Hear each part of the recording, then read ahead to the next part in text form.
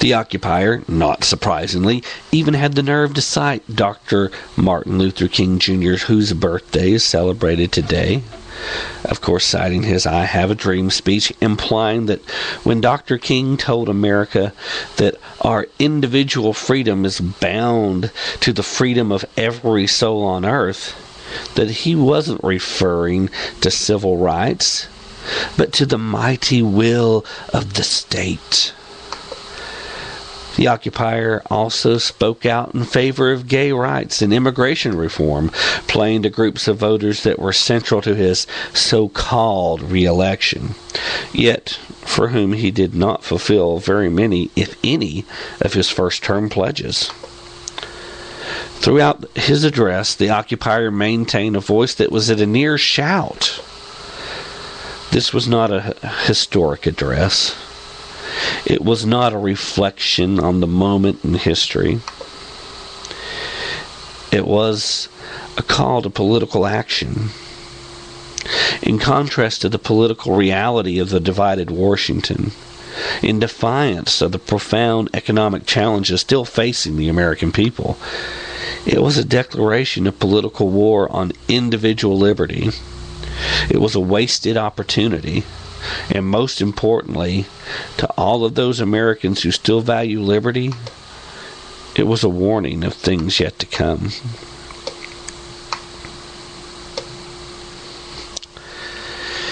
If his election and then so-called re-election represents the fulfillment of Dr. King's vision, at least in a superficial sense, that Obama's goals of fundamentally transforming the United States into a government-centered society, well, it represents one of the deeply challenging aspects of Dr. King's legacy.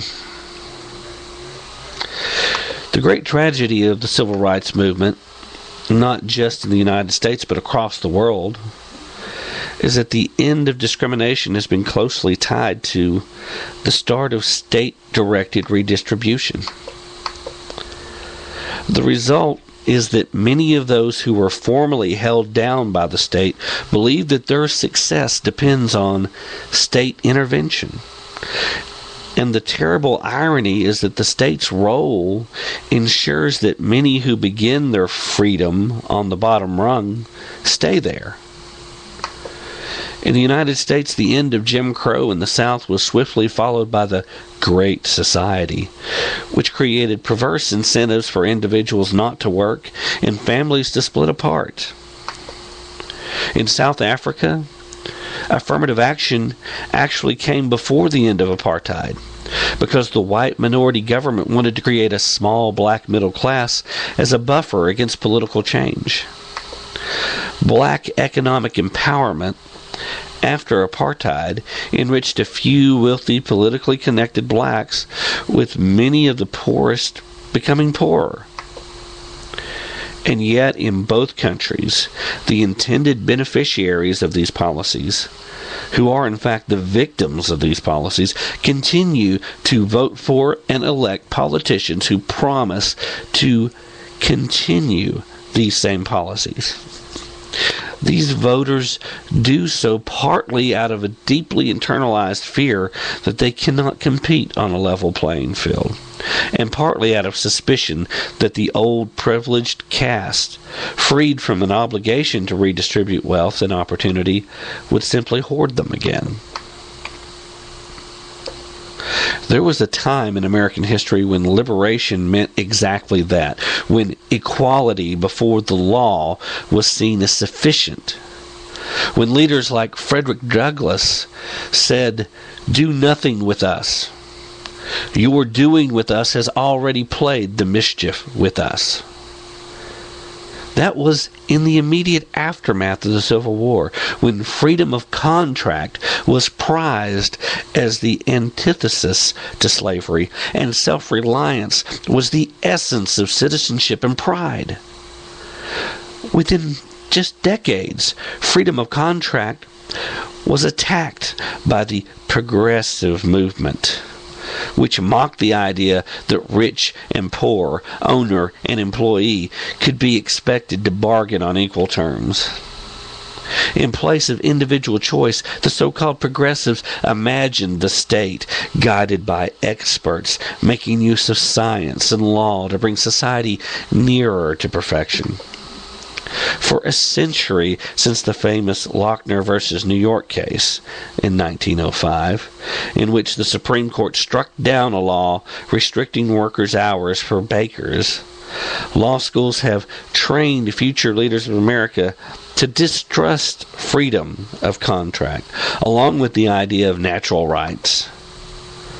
The remedy was to banish the old constitutional doctrines and unleash the state, even if that meant, for many so-called progressives, tolerating state-imposed discrimination. The struggles of the civil rights era were largely fought among Democrats, with decisive support from Republicans for ending discrimination. But while these battles saw the end of state-enforced racism, they left untouched Democrats' enthusiasm for state control of other kinds. The struggle for equal rights soon became a struggle for equal outcomes and redefining rights and leaving millions dependent on the government for generations.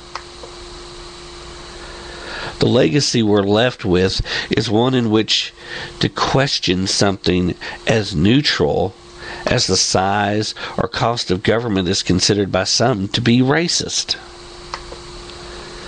The occupier embraces the link between civil rights and the increased power of government. It is to him part of the long arc of history of which Dr. Martin Luther King Jr. spoke. But history does not always move forward. Our ideas of liberty and equality are less robust than they were more than a century ago, and they are sadly continuing to decline. They are under particular threat now, when the occupier defines liberty as the ability to receive free goods from the state and rejects equality before the law in favor of empathic justice. That redistributionalist obsession drives the diverse character of the Obama presidency, which is, ironically, the opposite of the spirit in which Dr. King led. For the record, Martin Luther King Jr. was a Republican. Had been for his entire life up until JFK came down and got involved and got him out of jail. With the promise of his release, the give and take was that he would then lead the black community to the Democratic Party. But before that day, he had been a Republican, as most black Americans had been. Why? Because the Republican Party was founded in opposition to slavery. The Republican Party's first president was Abraham Lincoln, who took tremendous steps, some of which could be debated as being illegal and unconstitutional, in an effort to eventually end slavery. It was the Republicans that ended slavery. It was Southern Democrats that fought to maintain it and fought to not count blacks as whole people for the purposes of getting delegates and representatives even after the Civil War.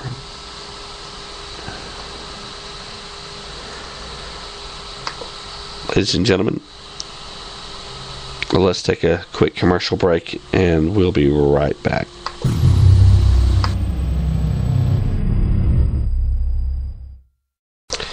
Ladies and gentlemen, we are back here with Tap Into the Truth. Thanks for listening. As we continue on the topic, what I think we've come to at this point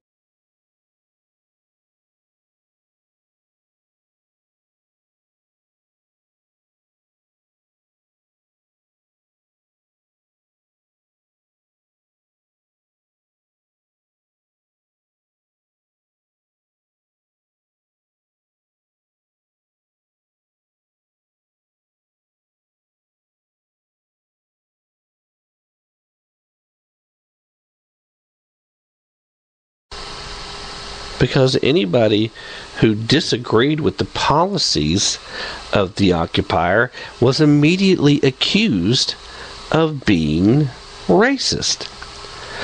I don't think it's a good idea to run public policy like there's a never-ending piggy bank where you can turn around and raise taxes anytime you want to cover bills where you're overspending and overspending.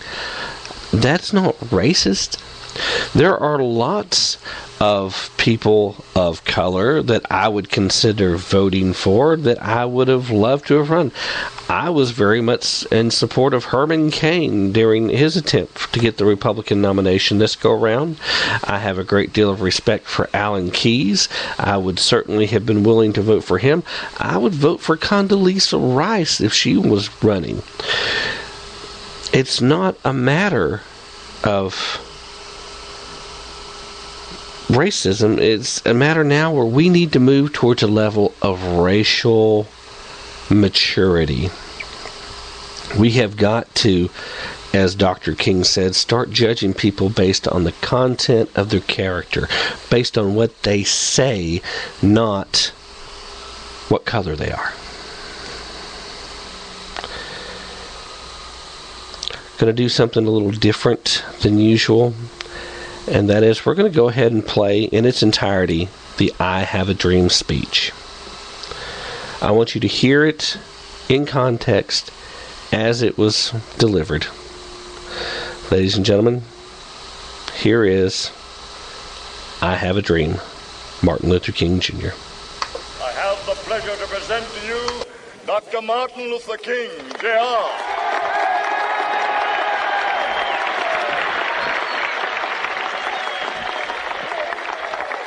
I am happy to join with you today in what will go down in history as the greatest demonstration for freedom in the history of our nation.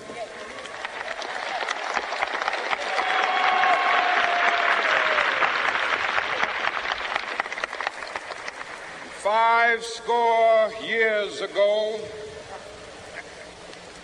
a great American in whose symbolic shadow we stand today signed the Emancipation Proclamation.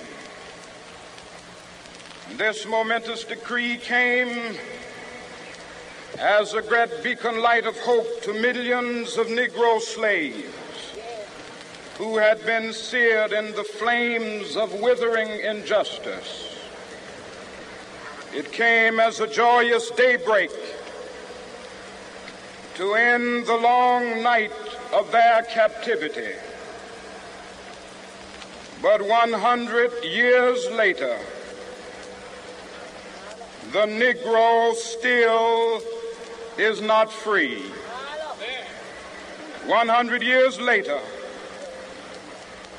the life of the Negro is still sadly crippled by the manacles of segregation and the chains of discrimination. 100 years later, the Negro lives on a lonely island of poverty in the midst of a vast ocean of material prosperity. 100 years later, the Negro is still languished in the corners of American society and finds himself in exile in his own land. And so we've come here today to dramatize a shameful condition. In a sense, we've come to our nation's capital to cash a check. When the architects of our republic wrote the magnificent words of the Constitution and the Declaration of Independence, they were signing a promissory note to which every American was to fall heir. This note was a promise that all men, yes, black men as well as white